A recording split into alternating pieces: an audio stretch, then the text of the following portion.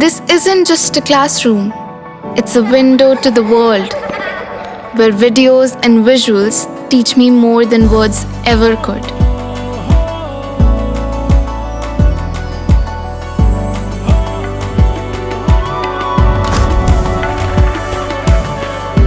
Sinkhania Educational Institute, cultivating knowledge. कभी वर्दी पहनकर कानून व्यवस्था संभालने का सपना, फिर प्रशासनिक सेवा में टॉप रैंक के साथ एंट्री, और अब निजी जीवन को लेकर लगातार सुर्खियां। ये कहानी है मध्य प्रदेश कैडर के आईएएस अधिकारी अभि प्रसाद की। 3 शादियां और तीनों ही प्रशासनिक सेवा से जुड़ी हस्तियां, और हर बार नई शुरुआत। लेकिन निजी जिंदगी की चर्चाओं से अलग उनका प्रशासनिक ट्रैक रिकॉर्ड भी कम दिलचस्प नहीं है। ऐसे आईएएस अधिकारी का यूपी से क्या नाता है, देखिए ये खास रिपोर्ट। उत्तर प्रदेश के सीतापुर से निकलकर सिविल सेवा की ऊंचाइयों तक पहुंचने वाले अभि प्रसाद का सफर साधारण नहीं रहा। प्रशासनिक पृष्ठभूमि में भी सार्वजनिक जीवन की झलक रही। उनके दादा टंबकेश्वर प्रसाद उर्फ बच्चा बाबू पूर्व प्रधानमंत्री चौधरी चरण सिंह की सरकार में मंत्री रह चुके थे। ऐसे माहौल में पले बढ़े अभि प्रसाद ने प्रशासनिक सेवा को अपना लक्ष्य बनाया। वर्ष 2013 में उनका चयन भारतीय पुलिस सेवा यानी आईपीएस में हुआ, लेकिन यहीं रुकना उन्हें मंजूर नहीं था। उन्होंने दोबारा प्रयास किया और 2014 की यूपीएससी परीक्षा में 13वीं रैंक हासिल कर भारतीय प्रशासनिक सेवा यानी आईएएस में जगह बनाई। यह उपलब्धि उन्हें देश के मेधावी अधिकारियों की कतार में ले आई। दिल्ली में सिविल सेवा की तैयारी के दौरान उनकी मुलाकात रिजू बाफना से हुई। तैयारी के दिनों में दोनों की दोस्ती ने रिश्ते का रूप लिया और दोनों ने शादी रचा ली। यह वो दौर था जब दोनों अपने अपने कैरियर की सीढ़ियां चढ़ रहे थे। आज रिजू बावरा मध्य प्रदेश के शाजापुर जिले की कलेक्टर हैं और एक सख्त अधिकारी के रूप में जानी जाती हैं। लेकिन निजी जीवन में यह रिश्ता ज्यादा समय तक नहीं चल सका और कुछ समय बाद दोनों ने आपसी सहमति से अलग होने का फैसला कर लिया। पहले रिश्ते की समाप्ति के बाद अभि प्रसाद ने वर्ष 2016 बैच की आईएएस अधिकारी मिसा सिंह से शादी रचाई। विवाह के बाद उन्होंने मध्य प्रदेश कैडर ले लिया। वर्तमान में मिसा सिंह रतलाम की कलेक्टर हैं और सक्रिय प्रशासनिक अधिकारी के रूप में जानी जाती हैं। लेकिन ये रिश्ता भी ज्यादा लंबा नहीं चल सका और करीब 4 वर्षों बाद दोनों लोगों ने अलग राह चुन ली। हाल ही में अभि प्रसाद ने 2017 बैच की आईएएस अधिकारी अंकिता ठाकरे से विवाह किया। अंकिता ठाकरे इस समय राज्य मंत्रालय में डिप्टी सेक्रेटरी के पद पर कार्यरत हैं।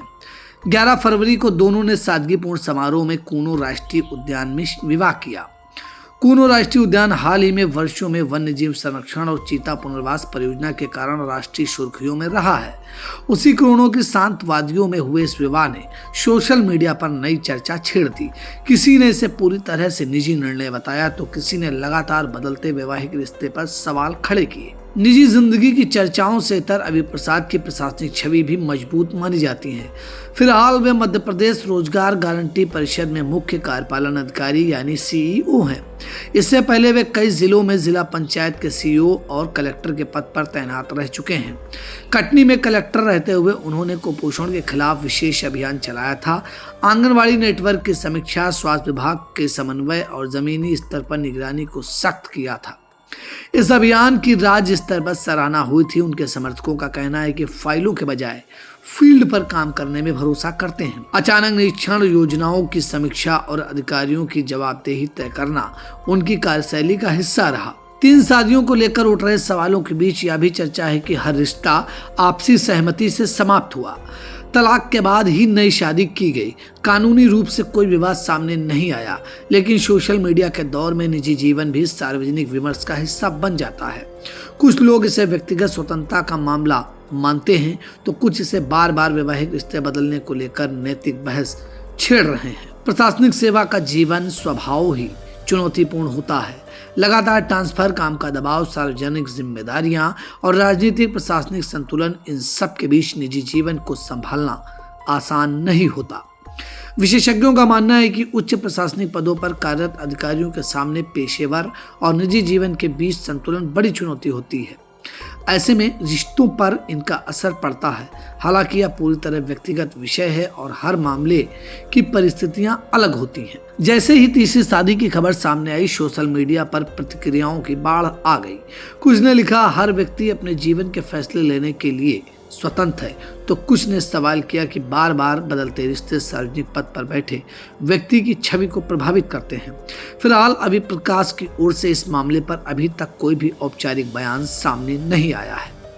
सीतापुर से निकलकर देश की प्रतिष्ठित सिविल सेवा में टॉप रैंक हासिल करने वाला एक अधिकारी, 3 शादियां, तीनों ही प्रशासनिक सेवा से जुड़ी हस्तियां और हर बार नई शुरुआत। अभी प्रसाद की कहानी केवल निजी जीवन की सुर्खियां नहीं, बल्कि उस दबाव और जटिलता की भी झलक है जो उच्च प्रशासनिक पदों के साथ आती है। अब सवाल यह है कि यह चर्चा कुछ दिनों में थम जाएगी और फोकस फिर से उनके प्रशासनिक कामकाज पर लौट आएगा, या फिर निजी जिंदगी की यह लंबी कहानी सुर्खियों में बनी रहेगी।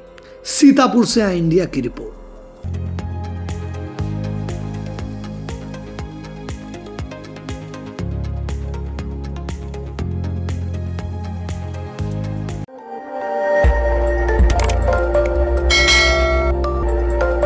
खबर आपकी, नजर हमारी।